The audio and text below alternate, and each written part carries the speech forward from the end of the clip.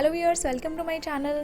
सो viewers, क्या आप plan कर रहे हैं अपना सोल प्रोप्राइटरशिप बिजनेस? क्या आप जानना चाहते हैं कि सोल प्रोप्राइटरशिप बिजनेस को आप कैसे स्टार्ट कर सकते हैं? क्या क्या रजिस्ट्रेशन की रिक्वायरमेंट होती है, इसमें क्या क्या रजिस्ट्रेशन आपको लेने पड़ सकते हैं एक सोल प्रोप्राइटरशिप बिजनेस को स्टार्ट करने के लिए?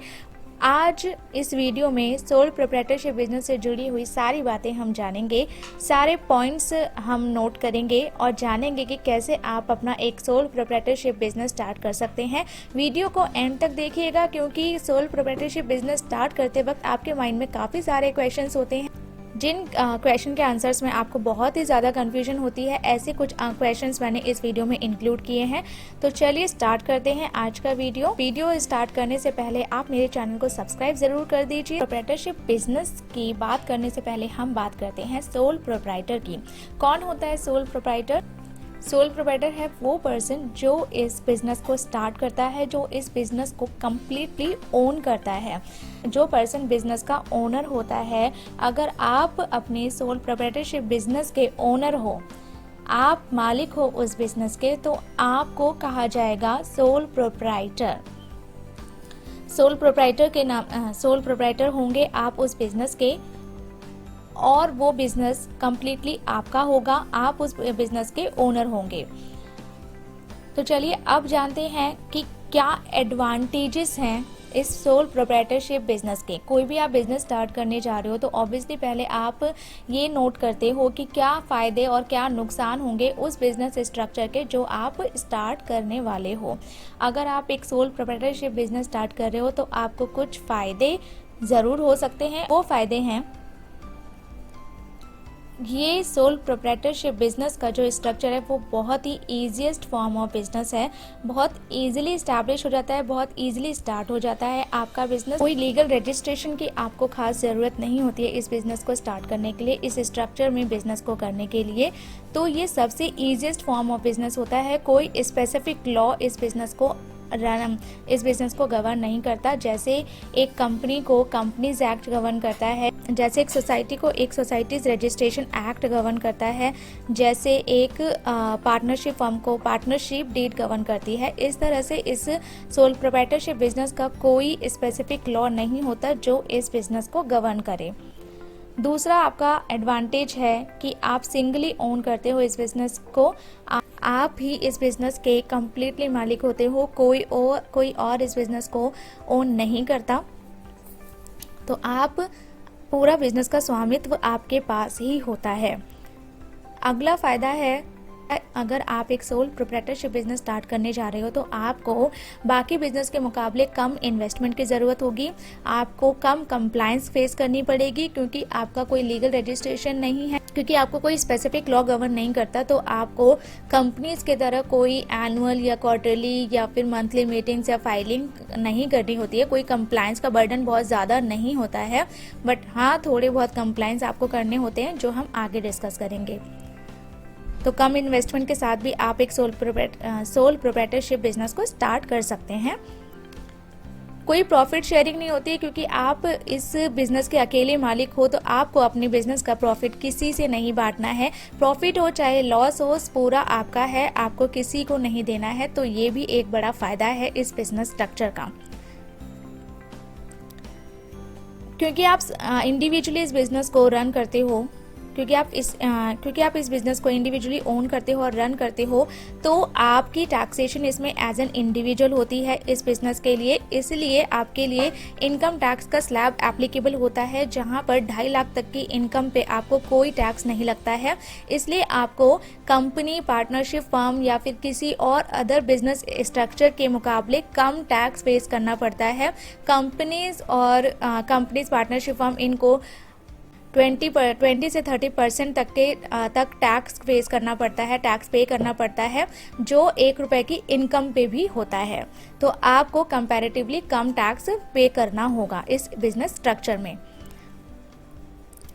कोई स्पेसिफिक ऑडिट की रिक्वायरमेंट नहीं होती है। अगर आप एक कंपनी हो तो आपको कंपनी लॉ में एक स्टैट्यूटरी ऑडिट करवाना ही पड़ता है, लेकिन सोल प्रोप्राइटरशिप बिजनेस का कोई स्पेसिफिक ऑडिट रिक्वायर्ड नहीं होता। एक केस में ऑडिट आपको चाहिए होता है, वो मैं इस वीडियो में आगे आपको बताऊंगी कि किस केस में आपको ऑडिट करवाना पड़ सकता है। अब किसी बिजनेस स्ट्रक्चर के अगर फ़ायदे हैं तो ऑब्वियसली उसके कुछ नुकसान भी तो होंगे, क्योंकि हर सिक्के के दो पहलू होते हैं। अगर कुछ फ़ायदे हैं तो नुकसान भी ज़रूर होंगे। तो जान लेते हैं सोल प्रोप्राइटरशिप बिजनेस के नुकसान के बारे में, कि इस बिजनेस स्ट्रक्चर से आपको क्या क्या डिसएडवांटेजेस फेस करने पड़ सकते हैं। तो पहला डिसएडवांटेज, आपको पहला नुकसान हो सकता है कि आपकी होगी अनलिमिटेड लायबिलिटी, क्योंकि आप ही इसके अकेले मालिक हो। तो जैसे प्रॉफिट शेयरिंग किसी का नहीं होगा, प्रॉफिट को किसी और के साथ आप शेयर नहीं करोगे, ऐसे आपके लॉसेस को भी शेयर करने के लिए आपके पास कोई बिजनेस पार्टनर नहीं होगा। तो इसमें पूरी की पूरी लायबिलिटी जो होगी वो सिर्फ आपकी होगी, सारे लॉसेस आपके होंगे, तो लॉसेस बियर भी आपको ही करने पड़ेंगे। तो ये इसकी बड़ी डिसएडवांटेज है। दूसरा बड़ा नुकसान है कि अगर आप अपने सोल प्रोप्राइटरशिप बिजनेस को एक्सपेंड करना चाहते हो तो आपको डिफ़िकल्टी फेस करनी पड़ सकती है, क्योंकि एक्सपेंशन इस बिज़नेस की इतनी ईजिली नहीं हो पाती। अकेले कोई भी बिज़नेस आप एक्सपेंड करने में डिफ़िकल्टी फेस करोगे ही करोगे। अगर आप फंड्स रेज करने जाओगे अपने सोल प्रोप्राइटरशिप कंसर्न के लिए, आप मार्केट में कैपिटल रेज करने के लिए जाओगे तो आपको प्रॉब्लम फेस करनी पड़ सकती है, क्योंकि सोल प्रोप्राइटरशिप बिजनेस को ईजिली कोई इतनी जल्दी फंड नहीं करता, क्योंकि उस बिज़नेस को क्योंकि एक सोल प्रोप्राइटरशिप बिजनेस को किसी स्पेसिफिक लॉ से गवर्न नहीं होता है। तो इस बिजनेस की स्ट्रक्चर की रिलायबिलिटी थोड़ी मार्केट में कम होती है, इसलिए आपको फंड्स रेज करने में भी डिफ़िकल्टी फेस करनी पड़ सकती है।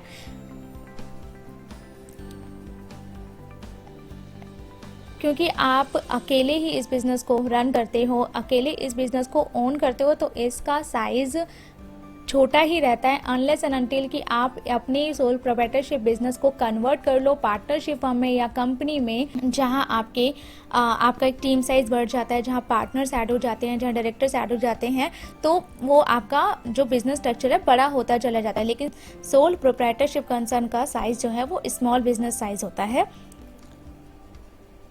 लेस ऑर्गेनाइज स्ट्रक्चर होता है आपका, क्योंकि आप इसमें सब मैनेज कर रहे हो, इसमें आप सब कुछ अपने आप कर रहे हो, तो लेस ऑर्गेनाइज स्ट्रक्चर होता है, लेस कंट्रोल होते हैं। इस बिजनेस स्ट्रक्चर में लेस कंट्रोल्स होते हैं, लेस चेक्स होते हैं, क्योंकि इम्प्लीमेंटेशन चेक्स एंड कंट्रोल्स की उतनी इफेक्टिवली नहीं हो पाती है। इसमें आपकी सिंगल डिसीजन मेकिंग होती है, कोई आपको गाइड करने वाला या साथ में डिसीजन लेने वाला कोई पार्टनर इस बिजनेस में नहीं होता है, और चांसेस हो सकते हैं कि आप कोई गलत डिसीजन ले लें जो आपके बिजनेस के लिए भारी भी पड़ सकता है। लिमिटेड शेल्फ लाइफ हो सकती है। अगर सोल प्रोप्राइटर इस बिजनेस को रन कर रहा है तो अनफॉर्चुनेटली उसकी डेथ के बाद हो सकता है कि इस बिजनेस का कोई एग्जिस्टेंस ना रहे, और बिजनेस की लिमिटेड शेल्फ लाइफ इस तरह से हो जाती है। तो डिसएडवांटेजेस भी इसकी काफ़ी सारी हैं और एडवांटेजेस भी काफ़ी सारी हैं। आप अपने नेचर ऑफ बिजनेस एक्टिविटी को देखकर डिसाइड कर सकते हैं कि आपको एक सोल प्रोप्राइटरशिप बिजनेस करना चाहिए या फिर आपको दूसरा बिजनेस स्ट्रक्चर चूज करना चाहिए। ऐसा नहीं है कि बाकी स्ट्रक्चर के डिसएडवांटेजेस नहीं हैं, लेकिन कंपैरेटिवली कम हो सकते हैं। बट ऑब्वियसली जैसा मैंने कहा कि आप अपनी बिजनेस एक्टिविटी, अपनी नेचर ऑफ बिजनेस को देखते हुए अपना स्ट्रक्चर चूज कर सकते हैं। चलिए अब आगे जानते हैं कि अगर आप सोल प्रोप्राइटरशिप बिजनेस स्टार्ट कर रहे हो तो आपको कौन कौन से रजिस्ट्रेशन की जरूरत पड़ सकती है। अगर आप सोल प्रोप्राइटरशिप बिजनेस स्टार्ट कर रहे हो तो आपको कुछ रजिस्ट्रेशन अगर आप सोल प्रोप्राइटरशिप बिजनेस स्टार्ट कर रहे हो तो आपको किसी स्पेसिफिक लॉ में रजिस्ट्रेशन या इनकॉर्पोरेशन तो नहीं करनी है अपनी फर्म की, लेकिन कुछ रजिस्ट्रेशन लेने पड़ सकते हैं जो एक सोल प्रोप्राइटरशिप बिजनेस को चलाने के लिए ज़रूरी है। पहला रजिस्ट्रेशन आप ले सकते हो शॉप्स एंड एस्टैब्लिशमेंट का, जिसमें आपको एक शॉप्स एंड एस्टैब्लिशमेंट का आपको लाइसेंस मिल जाता है। दूसरा जीएसटी रजिस्ट्रेशन। जीएसटी रजिस्ट्रेशन की ज़रूरत तब पड़ती है जब आपके बिजनेस का टर्नओवर 20 लाख से ज़्यादा हो, अगर आप सर्विस में डील करते हो, और अगर आप एक्सक्लूसिवली गुड्स में डील करते हो तो 40 लाख। अगर आप मिक्स्ड सप्लाई में मतलब गुड्स और सर्विस दोनों सप्लाई कर रहे हो तो 20 लाख। अगर 20 लाख से ज़्यादा आपका टर्नओवर है तो आपको जीएसटी रजिस्ट्रेशन करवाना पड़ता है। लेकिन कुछ ऐसे केसेस होते हैं जहां पर आपको जीएसटी रजिस्ट्रेशन अदरवाइज भी लेना पड़ता है, चाहे आपका 1 रुपये का टर्नओवर हो। आपके बिजनेस का नेचर ऐसा है शायद कि आपको GST registration during the starting phase of business आपको करवाना पड़ेगा, इनिशियली आपको करवाना पड़ सकता है। जीएसटी रजिस्ट्रेशन के बारे में डिटेल्ड इन्फॉर्मेशन के लिए आप मेरा जीएसटी रजिस्ट्रेशन वाला वीडियो देख सकते हैं जो आई बटन में ऊपर रिफ्लेक्ट हो रहा है।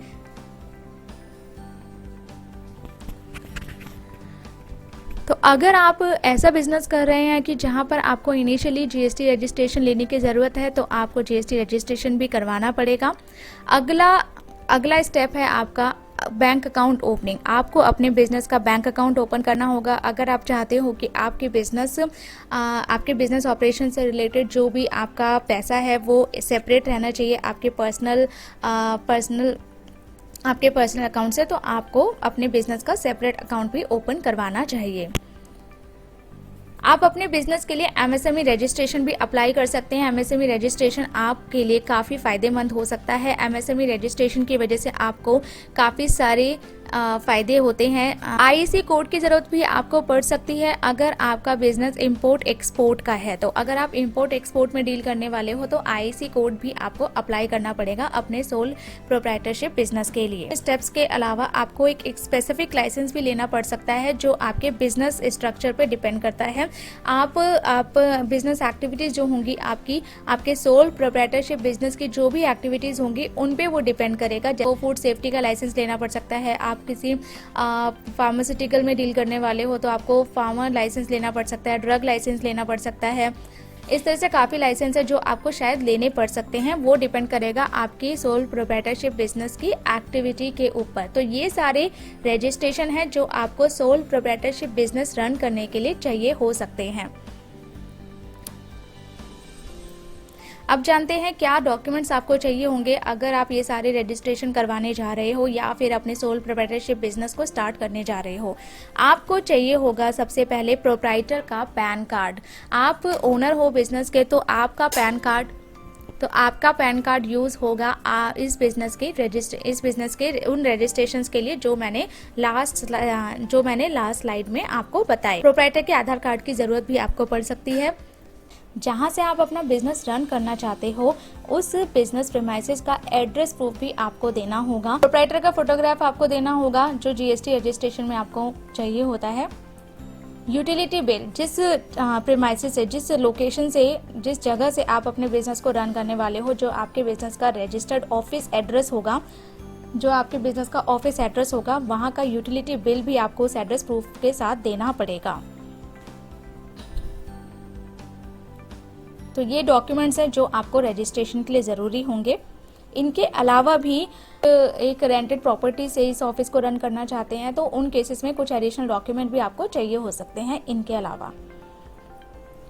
अब आते हैं उन क्वेश्चंस पे जो एक सोल प्रोप्राइटरशिप बिजनेस को स्टार्ट करते वक्त आपके माइंड में आते हैं। आपके माइंड में काफ़ी सारे क्वेश्चंस आते हैं कि अगर मैंने ये बिज़नेस स्टार्ट किया तो क्या मुझे इसकी ज़रूरत होगी, क्या मुझे इस तरह से इसको रन करना होगा। ऐसे काफ़ी सारे क्वेश्चंस हैं जिसमें से कुछ क्वेश्चंस मैंने यहाँ लिस्ट आउट किए हैं और उनको डिस्कस किया है। पहला क्वेश्चन, अगर आप सोल प्रोप्राइटरशिप बिजनेस स्टार्ट कर रहे हो तो क्या आपको अपने बिजनेस का एक सेपरेट पैन अप्लाई करना होगा? इसकी बिल्कुल ज़रूरत नहीं है। आप इस बिजनेस को सिंगली रन करते हो, सिंगली ओन करते हो। आप इस बिजनेस को सिंगली ओन करते हो तो इस बिजनेस का पूरा मालिकाना हक आपके पास होता है। इसलिए being a sole proprietor of this business, आपका ही पैन इसमें यूज होता है। आपको अपने सोल प्रोप्राइटरशिप बिजनेस के लिए किसी सेपरेट पैन की जरूरत नहीं है। क्या आप अपने सोल प्रोप्राइटरशिप फर्म का जो ऑफिस है वो अपने घर से ही रन कर सकते हो? क्या आप अपने घर का एड्रेस मेंशन कर सकते हो अपने सोल प्रोप्राइटरशिप बिजनेस में? यस, डेफिनेटली आप अपने घर से रन कर सकते हो। अगर आपने अभी डिसाइड नहीं किया है कि आपको किस ऑफिस से, कि आपको बाहर कोई ऑफिस लेना है या फिर अभी आप उस सिचुएशन में नहीं हो कि आप कोई प्रॉपर्टी रेंट पे ले सको या फिर वहाँ से बिजनेस स्टार्ट कर सको, तो आप अपने घर का एड्रेस भी यूज़ कर सकते हो। इस बिजनेस को स्टार्ट करने के लिए घर का एड्रेस भी आप यूज़ कर सकते हो। अगला क्वेश्चन है, क्या आपको अपने बिजनेस के लिए एक सेपरेट बैंक अकाउंट की ज़रूरत है? क्या आपको ओपन करना ही चाहिए एक सेपरेट बैंक अकाउंट, या फिर अपने सेविंग्स बैंक अकाउंट से ही आप अपने बिजनेस को रन कर सकते हो, बिजनेस को चला सकते हो। देखो, इसके लिए मैं एडवाइस करूंगी कि ये डिपेंड करता है कि आपकी पर्सनल ट्रांजैक्शन कितनी होती है। अगर आप चाहते हो कि आपकी बिजनेस की ट्रांजैक्शंस और आपकी पर्सनल ट्रांजैक्शन अलग अलग रहनी चाहिए, जो इतनी सारी है कि आप उसको डिफ्रेंशिएट नहीं कर सकते हो, आपको बाद में प्रॉब्लम आ सकती है कि मुझे याद नहीं है कि ये वाले ट्रांजैक्शन मेरे बिजनेस के लिए होती है या पर्सनल है, तो उस केस में it is advisable, I would suggest कि आप अपने बिजनेस का अकाउंट अलग रखो। लेकिन अगर फ्लो ऑफ ट्रांजैक्शन बहुत ज़्यादा नहीं है, आपकी ये इंटेंशन भी नहीं है कि आपको अपने बिजनेस के लिए आपके बिजनेस की ट्रांजैक्शन अलग रहनी चाहिए और आपकी पर्सनल ट्रांजैक्शन अलग होनी चाहिए, तो आप अपने सेविंग्स बैंक अकाउंट से भी इस बिजनेस को रन कर सकते हो। लेकिन बेस्ट यही रहता है कि आप अपने बिजनेस का बैंक अकाउंट अलग रखो। अगर आप अपने बिजनेस के लिए सेपरेट करंट अकाउंट या बैंक अकाउंट नहीं ओपन कर रहे हो, तो आप अपने सेविंग्स बैंक अकाउंट से भी इसको रन कर सकते हो। अगला क्वेश्चन आता है कि क्या मुझे अपने सोल प्रोप्राइटरशिप बिजनेस के लिए ऑडिट कराना ज़रूरी है। शुरू की स्लाइड में मैंने आपको ऑडिट की बात बताई थी, यहाँ मैं आपको बताऊंगी कि किस केस में आपको अपने सोल प्रोप्राइटरशिप बिजनेस का ऑडिट करवाना पड़ सकता है। देखो, क्योंकि ये सोल प्रोप्राइटरशिप बिजनेस किसी स्पेसिफिक लॉ से गवर्न नहीं होता, तो किसी स्पेसिफिक लॉ में तो इसका ऑडिट नहीं होता, लेकिन टैक्स ऑडिट एप्लीकेबल हो सकता है एक सोल प्रोप्राइटरशिप बिजनेस के लिए। अगर आपके बिजनेस का टर्नओवर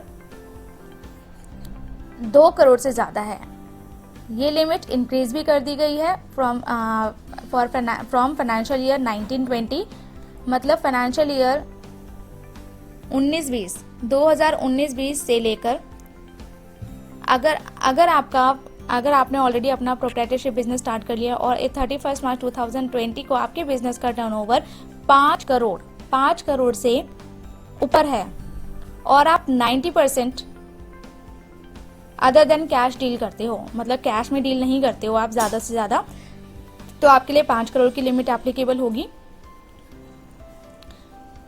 अगर ये टर्नओवर लिमिट्स आप एक्सीड करते हो, 5 करोड़ या 2 करोड़ जो भी आपके लिए एप्लीकेबल है, तो उस केस में आपको टैक्स ऑडिट, इनकम टैक्स में ऑडिट करवाना, इनकम टैक्स के सेक्शन 44 AB में आपको ऑडिट करवाना पड़ सकता है। तो जब तक आपका टर्नओवर उस स्पेसिफाइड थ्रेशोल्ड लिमिट से ज़्यादा नहीं है, तब तक आपको ऑडिट की ज़रूरत भी नहीं पड़ेगी। तो काफ़ी सारे तो ये थे सारे क्वेश्चंस जो मुझे लगते थे जो आपके माइंड में आ सकते हैं at the time of starting your own proprietorship business. अगर इनके अलावा भी कोई और क्वेश्चन है जो आपके माइंड में आ रहा है, तो आप कमेंट सेक्शन में मुझसे वो क्वेश्चन पूछ सकते हैं। तो सोल प्रोप्राइटरशिप बिजनेस स्टार्ट करना बहुत बड़ी बात नहीं है, बहुत सारे रजिस्ट्रेशन, बहुत सारा टाइम आपको नहीं लगता है इसे स्टार्ट करने में, आप स्टार्ट इसे कर सकते हो। बट बिजनेस को स्टार्ट करने से पहले आप इसकी डिसएडवांटेजेस और एडवांटेजेस को ज़रूर एनालाइज कर लीजिएगा। अपनी बिजनेस एक्टिविटी को देखते हुए आप इस बिजनेस स्ट्रक्चर को चूज़ कीजिएगा। अगर आपको उस एनालिसिस के बाद लगता है कि आपके लिए ये स्ट्रक्चर अच्छा है, तो ऑब्वियसली तो गो अहेड, आप अपना सोल प्रोप्राइटरशिप बिजनेस ज़रूर स्टार्ट कीजिए। लेकिन उस एनालिसिस के बाद अगर आपको लगता है कि नहीं, मेरे लिए ये बिजनेस स्ट्रक्चर सही नहीं रहेगा, तो आप किसी और बिजनेस स्ट्रक्चर को चूज कर सकते हैं विद आफ्टर प्रॉपर एनालिसिस। तो गाइज, आई होप आज के वीडियो में आपके जो भी डाउट्स हैं सोल प्रोप्राइटरशिप बिजनेस से रिलेटेड, वो काफ़ी हद तक रिजॉल्व हुए होंगे। और फिर भी अगर आपके माइंड में कोई क्वेश्चन है, तो आप कमेंट सेक्शन में वो अपना क्वेश्चन ड्रॉप कर सकते हैं। अगर आपको आज का वीडियो अच्छा लगा तो इस वीडियो को लाइक कीजिए, शेयर कीजिए और मेरे चैनल को सब्सक्राइब करना तो बिल्कुल मत भूलिए।